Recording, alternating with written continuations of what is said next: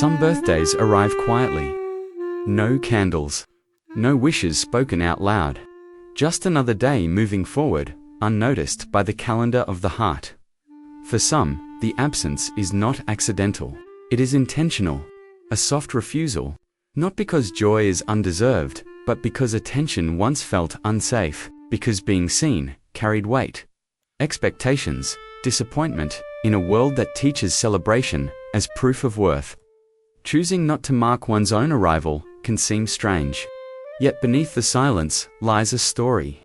One shaped by memory, meaning, and the psychology of how people learn to exist without asking to be witnessed. There are people who wake up on their birthday and feel nothing unusual. No shift in the air. No inner countdown. The date passes like a familiar street recognized, but not lingered on. This is not forgetfulness. It is not sadness in the way it is often imagined. It is a practice to neutrality. A calm distance from a day that asks to be noticed. For many, the decision not to celebrate does not arrive as a rebellion. It forms slowly, over time, through small moments of learning. A birthday that came and went without acknowledgement. A celebration that felt forced, awkward, or emotionally heavy. An expectation to perform happiness when none was available. Eventually, the mind learns something quiet but powerful. It is easier when the day is treated like any other. Some people describe it as simplicity, others as indifference. But underneath, there is often a subtle sense of emotional economy, the conservation of energy, the avoidance of disappointment, the relief of not having to be seen in a particular way. Celebrations place a person at the center. They invite attention, questions, reactions. For someone who has learned to live comfortably at the edges, that kind of focus can feel intrusive rather than affirming. The quiet choice is not about rejecting joy. It is about choosing predictability over vulnerability. In early adulthood, this pattern can appear unremarkable. Friends notice, perhaps comment lightly. You don't do anything for your birthday. The answer is usually simple. No, it's just another day. And it feels true. Yet psychology suggests that repeated emotional behaviors are rarely random. When a pattern persists across years, it often reflects an internal agreement one formed between experience and expectation. For some, birthdays became associated with disappointment, plans that fell apart, people who forgot, moments where excitement rose briefly, only to collapse into silence. For others, the attention felt overwhelming. Too many eyes. Too many assumptions about how gratitude or happiness should look. An unspoken pressure to perform joy correctly. Over time, the mind adapts. It lowers expectation. It removes the ritual altogether. By not celebrating, nothing can go wrong. Nothing can be forgotten. Nothing has to be explained. The quiet choice becomes a form of self-regulation. It is important to understand that this choice often feels emotionally neutral to the person making it. There is no sense of loss attached. No longing, at least not consciously. The day holds no special weight, because weight was once something to manage carefully. This is how avoidance can become invisible even to the self. From the outside, it may look like emotional distance. From the inside, it feels like balance. A birthday without ceremony offers control. Control over exposure.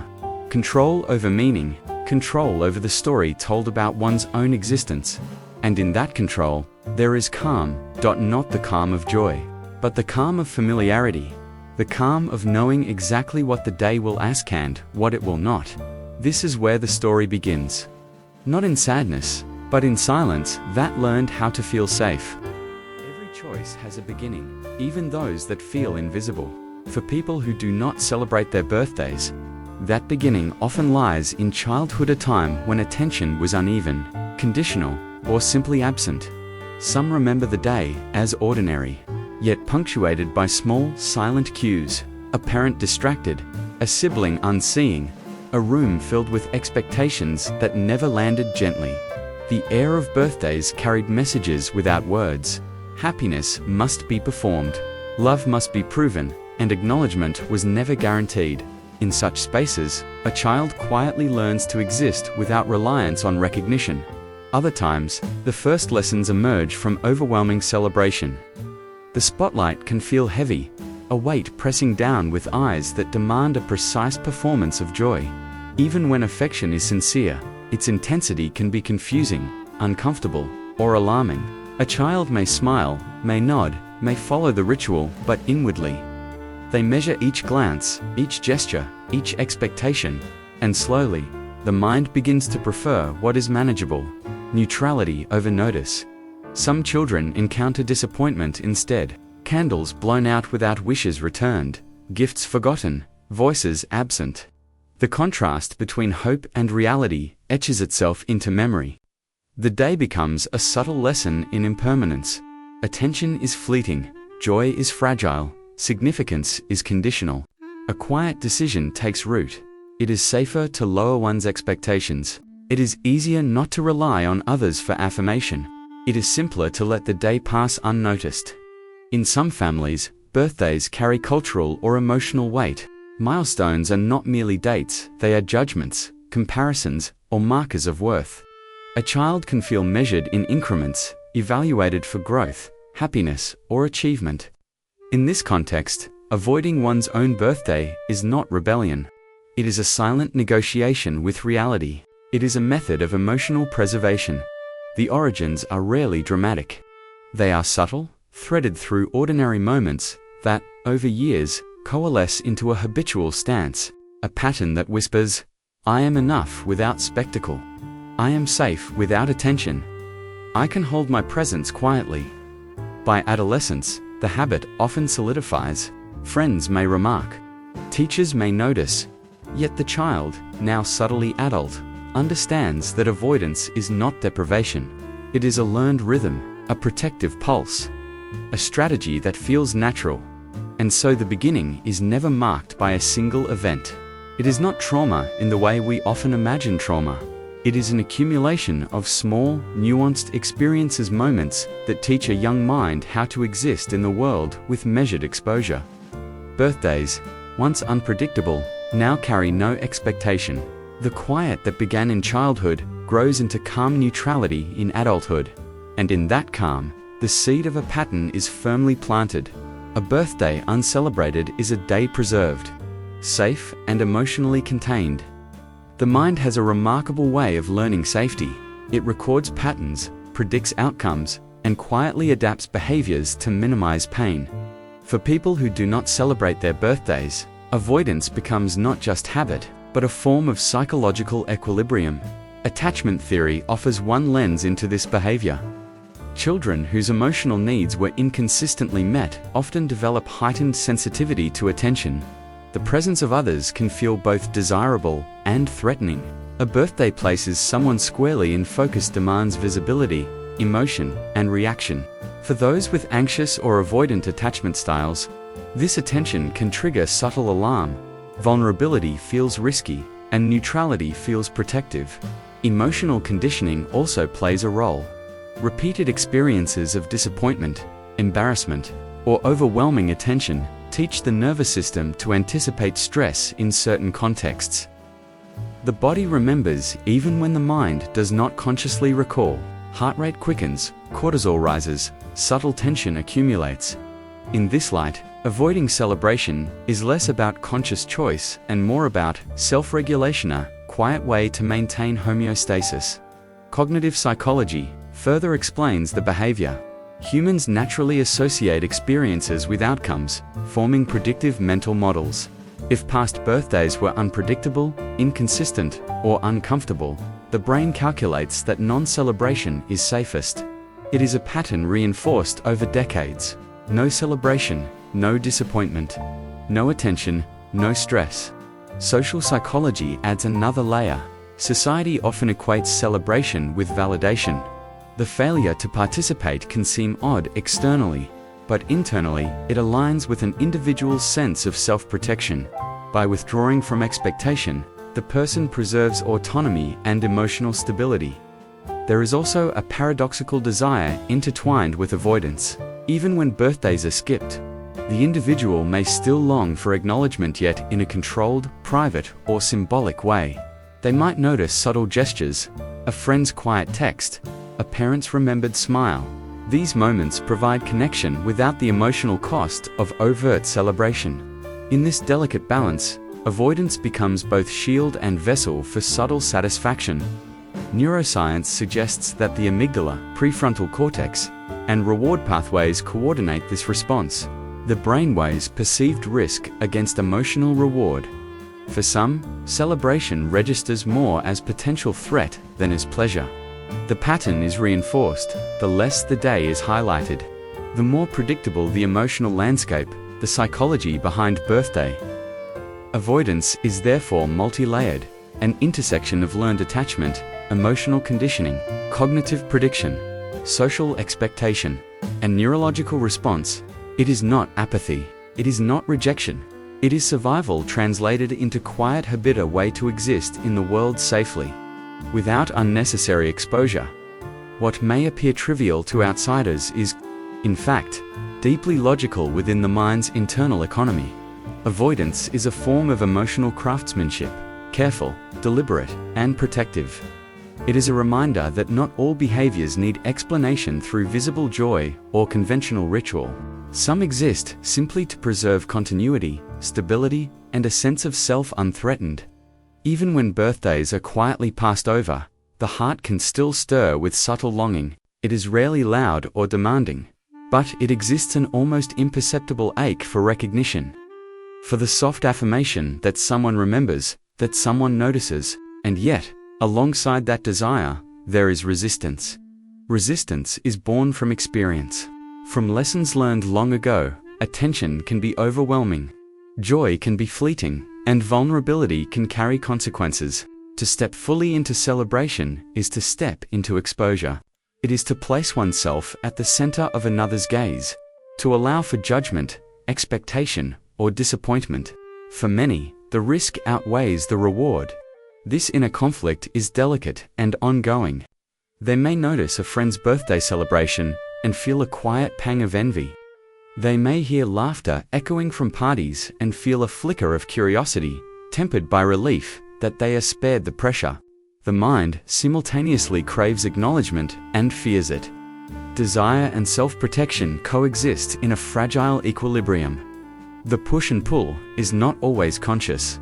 It operates beneath awareness, a dialogue of subtle cues and emotional calculations.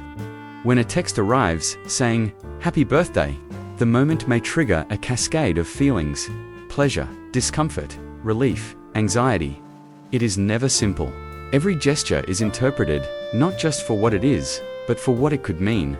Could attention bring disappointment again? Could it demand more than one can safely give? Some may attempt small gestures toward celebration, lighting a candle alone, sharing a quiet moment with a close friend, allowing themselves a personal ritual. Even then, the impulse to retreat is strong. The inner voice reminds them of past disappointments, of the value of maintaining calm neutrality. The day is theirs, but it is safest when it feels contained. There is a profound subtlety in this tension. It speaks to the human need for both connection and autonomy, for visibility and privacy, for acknowledgement and protection. Avoidance is not absence of feeling. It is a negotiation. The quiet heart seeks comfort while keeping its boundaries intact. It is here, in the push and pull, that the paradox of birthday avoidance becomes clear. They want to be seen, and yet they resist being centered. They long for recognition, and yet they protect themselves from it. They exist in a liminal space, balancing desire with self-preservation. This internal conflict is not weakness. It is evidence of awareness, of careful calibration, of emotional intelligence developed through experience. And in this tension lies the quiet courage of those who walk through birthdays without spectacle present, yet guarded, longing, yet composed. The heart, even when silent, holds complexity. And it is in acknowledging this complexity that one begins to understand why neutrality can feel safer than celebration. There comes a moment, often unnoticed at first, when avoidance begins to be seen not as indifference, but as adaptation. A quiet awareness arises. The decision not to celebrate was never about rejecting life or joy. It was about safety. It was about survival. It was about learning to navigate a world where attention could feel unpredictable, heavy, or conditional. This realization is subtle. It does not come with fanfare or sudden clarity. It arrives gently, like a shadow moving across familiar furniture, soft, inevitable, quietly illuminating corners of memory. A forgotten birthday, a small gesture from a friend, a reflection on childhood patterns. These moments accumulate until understanding quietly blooms. They recognize that each skipped candle, each unmarked year, was a shield. It protected against disappointment, against vulnerability, against the dissonance between expectation and reality. Yet, with this understanding comes a new perspective. The very behavior that once served safety can now be viewed as a choice, shaped by past necessity rather than present need. There is also a realization about desire. Even those who avoided celebration often longed quietly for recognition. They may notice the subtle joy in a friend's remembered smile, a quiet greeting, a gentle acknowledgement. It is a recognition of connection without demand, of attention without expectation, of being seen safely. In understanding their own longing, they reconcile the paradox of avoidance. Protection and desire are not opposites, they coexist, delicately intertwined. Psychology offers a vocabulary for this insight. Attachment patterns, learned behaviors, and emotional conditioning, all threads woven into the fabric of identity. Recognizing the purpose behind avoidance allows a reframing. The behavior was logical, coherent, and deeply human. It is no longer a mark of deficiency or detachment, but a testament to adaptability, resilience, and emotional intelligence. This moment of realization is often accompanied by quiet self-compassion. They may notice the tension that once accompanied birthdays, the anxious anticipation, the subtle dread, and understand it was never a failing. It was an intricate dance between the inner world and the external environment, one performed with care and instinct. And in this awareness, there is space. Space to honor the past without being trapped by it. Space to hold desire and resistance simultaneously. Space to acknowledge the truth. The quiet choice was never about indifference, but about learning to exist safely, authentically, and fully. Even in silence, it is a gentle turning point, a subtle opening. The realization does not demand change. It simply allows insight, understanding, and a compassionate view of oneself. And sometimes, that is enough. With awareness comes the possibility of reimagining significance. Birthdays, once burdensome or neutral, can begin to exist differently, without expectation, without performance, without pressure. They are no longer tests of endurance or mirrors of past patterns. Instead, they become markers of presence, subtle reminders of continuity, quietly acknowledged on one's own terms. For some, this redefinition is private. A morning coffee sipped slowly, a favorite song played quietly, a thought offered to oneself, gentle and unhurried. I am here. I have arrived. No need for crowds, no need for candles, no need for applause. The day becomes a soft ritual of acknowledgement rather than exhibition. Others may discover small ways to share the day, carefully chosen and selectively intimate. A text from a friend, a quiet dinner with a loved one. Even these gestures are experienced differently, without expectation, without anxiety, without the weight of obligatory joy. Recognition is no longer a test. It is a moment of connection, subtle and optional. Psychologically, this stage represents integration. The patterns of avoidance and the underlying desires are reconciled within the individual's awareness. They no longer see avoidance as deficiency, nor do they feel compelled to seek celebration externally. Instead, meaning becomes fluid, personal, and safe. The mind understands that significance does not require performance. It can exist quietly, inwardly, authentically. There is also an emotional elegance in this stage. The paradox of wanting and resisting softens. Desire for recognition is acknowledged without attachment. The need for protection is respected without guilt. Both can coexist peacefully, like two hands resting together, distinct, yet harmonized. In reframing birthdays, the individual also reframes self-worth. They recognize that value is inherent, not conferred by attention, candles, or ceremony. They can honor the passage of time without relying on external validation. This quiet redefinition nurtures a sense of emotional sovereignty, to exist fully, seen or unseen, celebrated or not. And so the day unfolds with a new rhythm, neither empty nor overfilled, neither ignored nor enforced. It is a space held for one's own presence, a gentle acknowledgement of existence. The day is neither too much nor too little, it simply is. Like the steady flow of a river, marking continuity without spectacle. Redefining meaning is not dramatic. It is not a turning away from joy or connection. It is a quiet embrace of autonomy, understanding, and compassion. A birthday becomes, at last, a day in which they may choose what is real, what is felt, and what is held, silently, safely, fully. In the end, a birthday may pass quietly, like any other day.